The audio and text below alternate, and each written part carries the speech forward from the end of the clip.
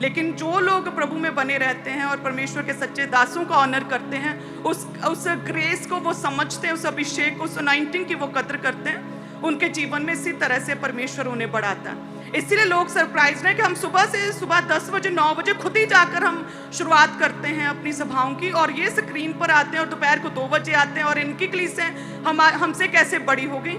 तो प्रॉब्लम ये है, खुंदक किस चीज़ की है, जेलसी किस चीज़ की है कि एएनएम कलीसिया लगातार बढ़ रही है और ऐसे ही बढ़ती रहेगी प्रभु यीशु मसीह के नाम में। हालेलुया।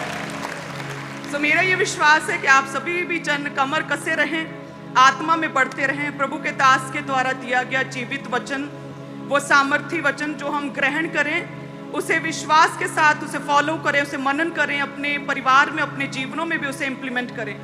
लगातार प्रार्थना में रहें, जैसे कि प्रभु के दास लगातार, वो जब से ये शुरू हुआ ये साल, तो वो लगातार उपवास में है।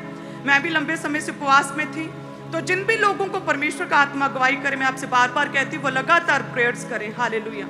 यदि शैतान के गढ़ों को अगर प्रभु के दास हिला रहे हैं, ढा रहे हैं, तो शैतान और उसके जो मैसेंजर्स, एजेंट्स हैं, उनका भी पूरा जोर लगा रहता है कि किस तरह से गिराएं।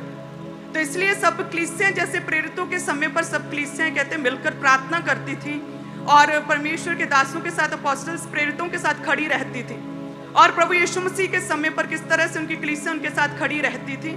सो इसी तरह से हमें भी लगातार प्रेयर करनी है प्रभु के दास के इस विजन के लिए, कि जो आज प्रभु की दया से, परमेश्वर की बड़ी ग्रेस से, जो एएनएम कलीसियां अब इंडिया की नंबर 1 है, मैं आज कह सकती हूँ इंडिया के बिगेस्ट चर्च के रूप में परमेश्वर ने हमें ब्लेस किया है, आप सब कलीसियाओं को ब्लेस किया है।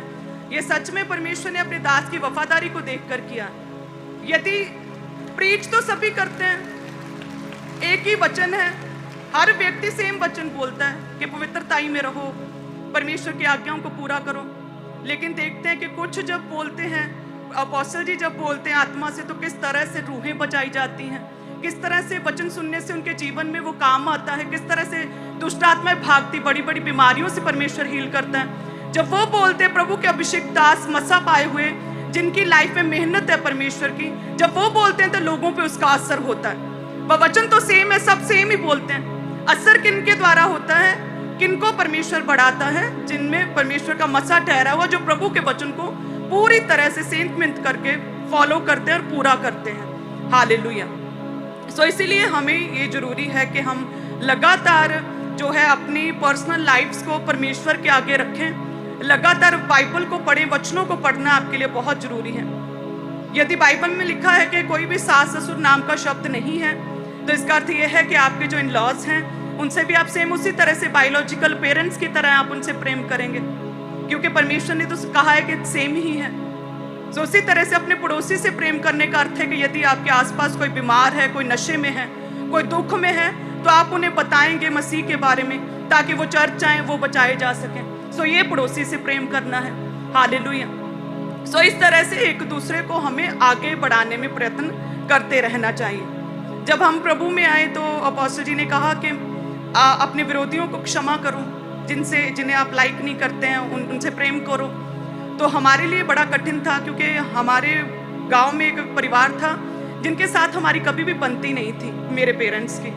तो जब वचन को पढ़ा, अपोस्टल जी ने वचन दिया, तो मेरे मदर ने सबसे पहले क्या किया कि जब हम वापस जा रहे थे गांव में, तो बाई चांस ही वो लेडी जिनसे शुरू से 20-25 साल से हमारी कोई राब्ता नहीं था, कोई बातचीत नहीं थी, वो चली आ रही थी।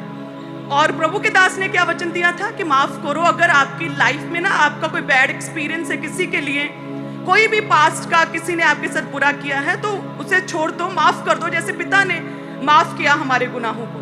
तो वो जा रहे थे मम्मा, और उस लेडी को देखा जिसे कभी बुलाया नहीं 20-25 साल से, ना उनकी शादियों में हम जाएं, ना वो हमारे पार्टी फंक्शंस में आए, ना हम उनके साथ खड़े, ना वो हमारे साथ खड़े। तो अपोस्टल जी ने तो वचन दिया था, और फॉलो करने वाली कलीसियां हैं तो फिर पूरी तरह से फॉलो करती हैं। तो उस लेडी को मम्मा ने बताया प्रभु के बारे में कि परमेश्वर जो है, मसीह जो है, वो सच्चा परमेश्वर है।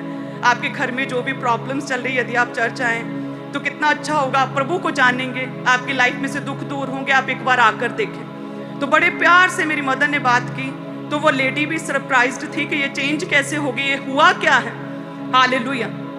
और उसके बाद थोड़े समय बाद यदि आज हम देखें तो उस परिवार का एक सदस्य जो हमारे साथ कभी बैठता उठता बात भी करना पसंद नहीं करता था, उस परिवार का एक सदस्य प्रभु में आ चुका है। वो खामबरा चर्च का एक मेंबर बन चुका है। हालेलुया। तो ऐसी कलीसियाँ हैं, खामबरा कलीसियाँ, जो इतने अधिक अच्छे से शिद्दत से वचन को सुनती और उसे फॉलो करती हैं।